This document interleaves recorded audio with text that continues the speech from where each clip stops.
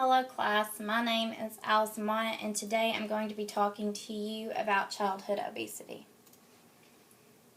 Today I have many activities planned to teach us more about childhood obesity. During this class you are going to learn many things about it, which include factors that cause it, physical activity that can be done to help reduce it, as well as some psychological problems that obese children suffer from daily. Alright, let's get started.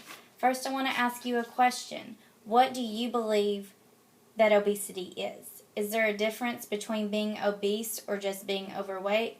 I want you to look to this slide where I've given you some definitions. Please feel free to write any of these things down. Being overweight means that a person has excess body weight for a particular height from fat, muscle, bone, and water. A person that is obese is clearly defined as having excess body fat. Caloric imbalance is when too few calories are being burnt for the amount of calories that are being ate.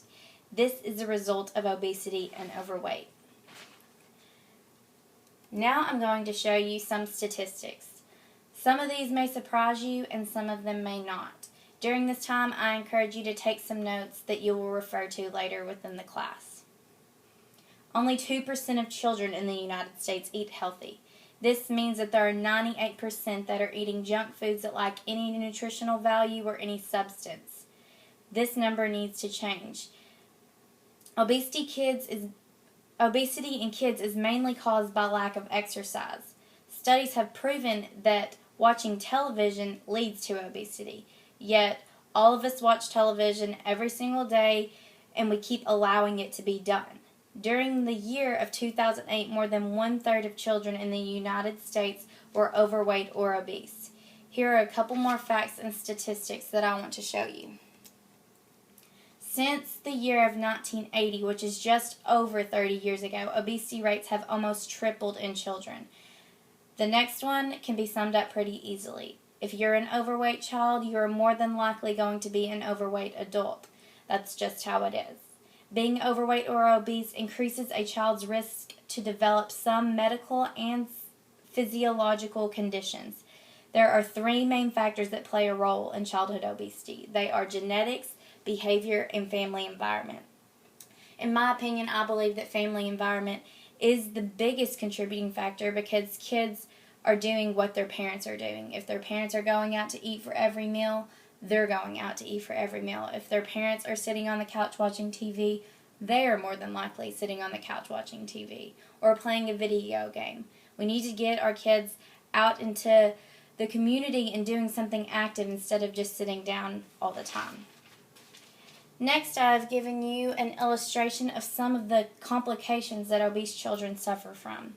Some factors shown are psychosocial disorders. Some of these include depression or low self-esteem, sometimes eating disorders, anxiety. They can all come back to psychosocial disorders. There are also some breathing conditions such as asthma or sleep apnea or exercise intolerance. These are mostly due to just being obese. You should be able to exercise, but you can't because you're obese.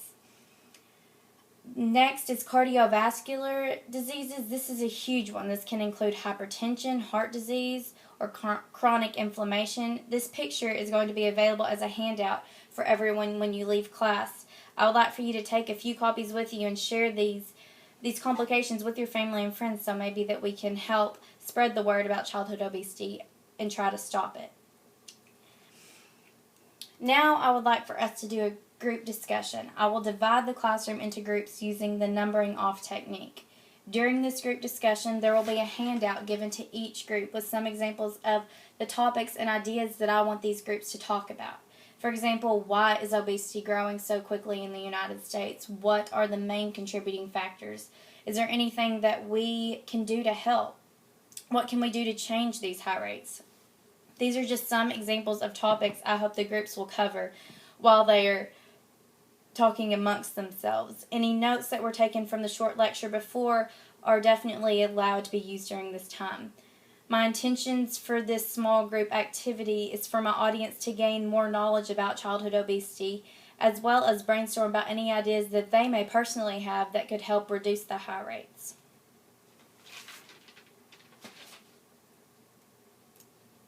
Next, we are going to talk about some short-term and long-term effects of obesity.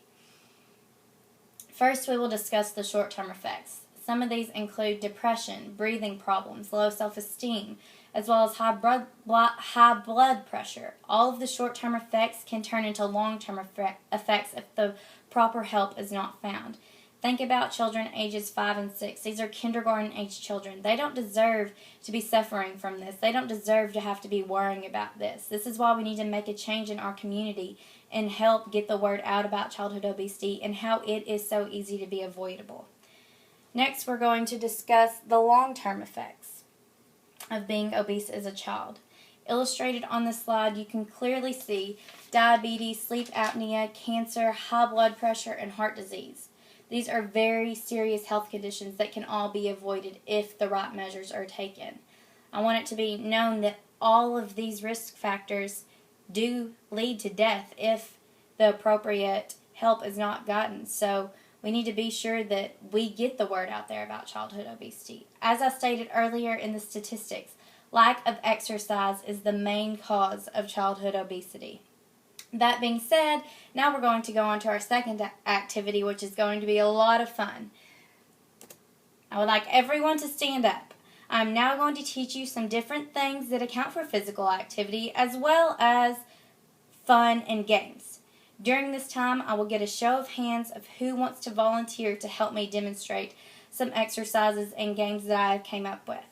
The main exercises I will focus on include push-ups, sit-ups, jumping jacks, lunges, and burpees.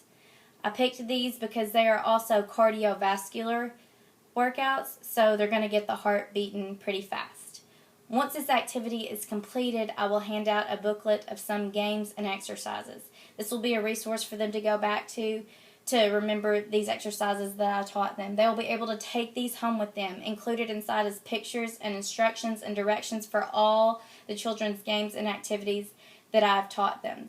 These can be done at home or at school. My hope is that the participants in the class will go out into the community and try to make a difference, because our main goal is to stop childhood obesity and to stop these rates from increasing so much.